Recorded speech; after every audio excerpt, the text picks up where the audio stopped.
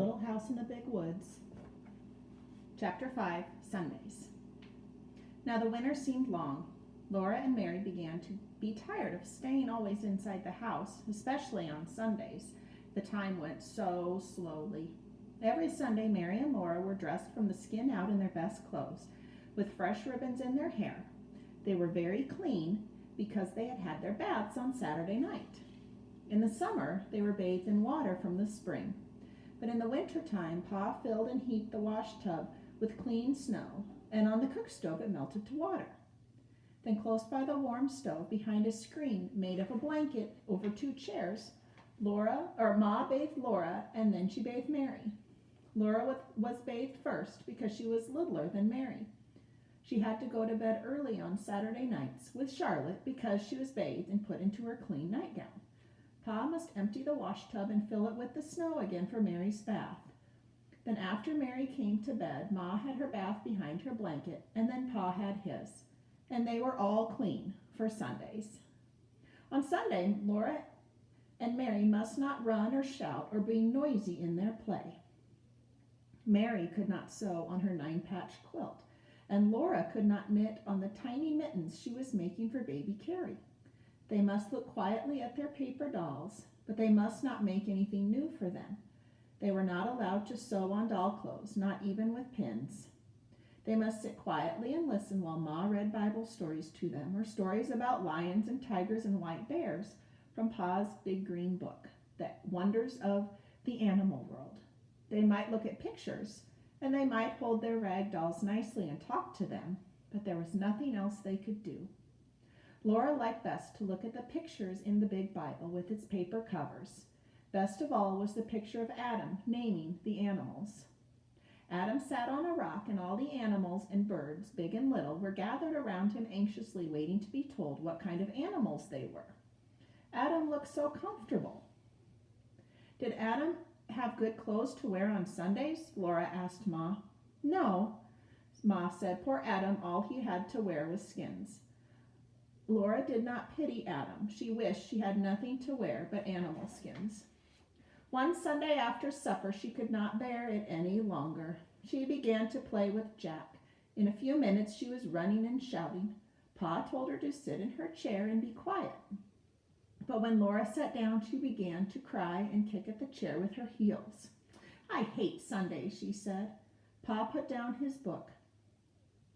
Laura, he said sternly, come here. He looked at her sorrowfully for a moment, and then he took her on his knee and cuddled her against him. He held out his other arm to Mary and said, I'm going to tell you a story about when Grandpa was a boy. There she is. The story of Grandpa's sled and the pig. When your grandpa was a boy, Laura, Sunday did not begin on Sunday morning as it does now. It began at sundown on Saturday night. Then everyone stopped every kind of work or play. Supper was solemn. After supper, Grandpa's father read aloud a chapter of the Bible while everyone sat straight and still in his chair. Then they all knelt down and their father said a long prayer. When he said amen, they got up from their knees and each took a candle and went to bed. They must go straight to bed with no playing, laughing, or even talking. Sunday morning, they ate a cold breakfast because nothing could be cooked on Sunday. They all dressed in their best clothes and walked to church. They walked because hitching up the horses was work, and no work could be done on Sunday. They must walk slowly and solemnly, looking straight ahead. They must not joke or laugh or even smile. Grandpa and his 2 brothers walked ahead, and their father and mother walked behind them. In church, Grandpa and his brothers must sit perfectly still for 2 long hours and listen to the sermon. They dared not fidget or on the hard bench. They dared not swing their feet. They dared not turn their heads to look at the windows or the walls or the ceilings of the church. They must sit perfectly motionless and never for one instant take their eyes off the preacher. When church was over, they walked slowly home. They might talk on the way, but they must not talk loudly, and they must never laugh or smile. At home, they ate cold dinner, which had been cooked the day before. Then all the long afternoon they must sit in a row on a bench and study their catechism, at least until the sun went down and Sunday was over. Now Grandpa's house was about halfway down the steep side of a hill.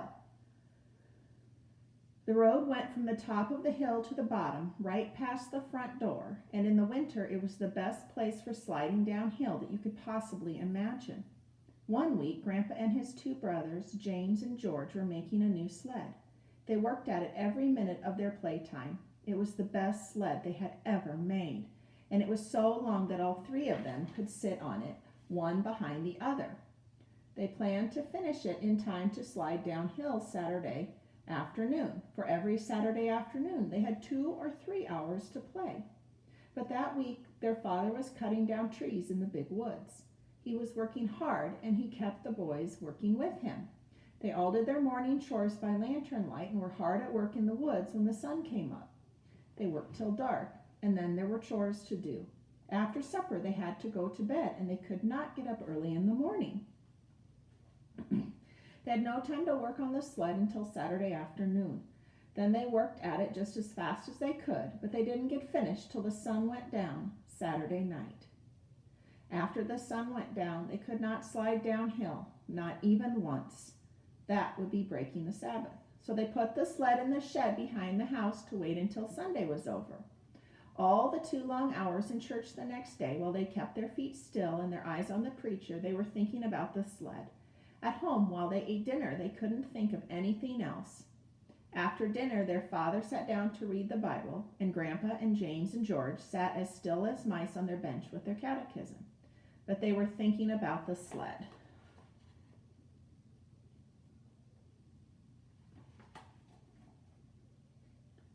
The sun shone brightly and the snow was smooth and glittering on the road, and they could see it through the window. It was a perfect day for sliding downhill. They looked at their catechism and they thought about the new sled, and it seemed that Sunday would never end. After a long time, they heard a snore. They looked at their father, and they saw his head had fallen back against his chair, and he was fast asleep. Then James looked at George, and James got up from the bench and tiptoed out of the room through the back door. George looked at Grandpa. George tiptoed after James, and Grandpa looked fearfully at their father. But on tiptoe, he followed George and left their father snoring.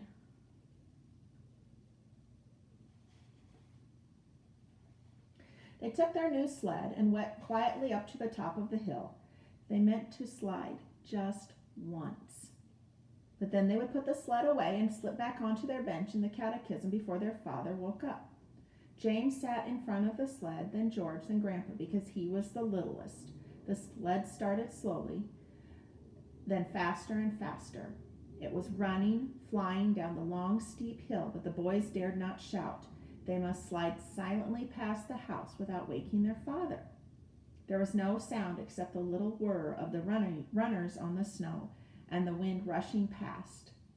Just then, the sled was swooping toward the house. A big black pig stepped out of the woods, and he walked into the middle of the road and stood there. The sled was going so fast it couldn't be stopped. There wasn't time to turn it. The sled went right under the hog and picked him up. With a squeal, he sat down on James, and he kept on squealing.